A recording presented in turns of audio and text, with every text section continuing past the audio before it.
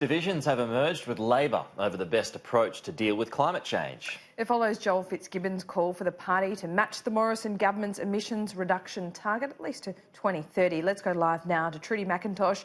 Trudy, the Labor leader has been forced to intervene. He did it via tweet from Hawaii.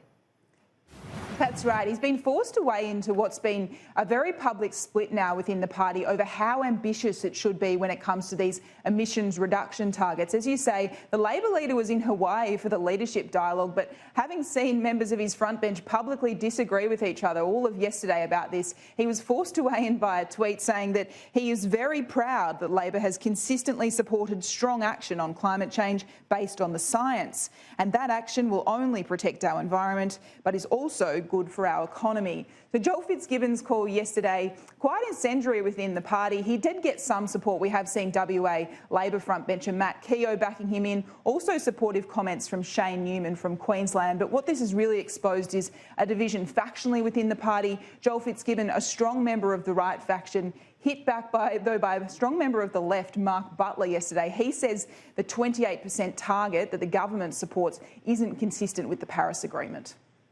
Trudy, meanwhile, the Prime Minister is being pushed to cut the company tax rate by a certain someone.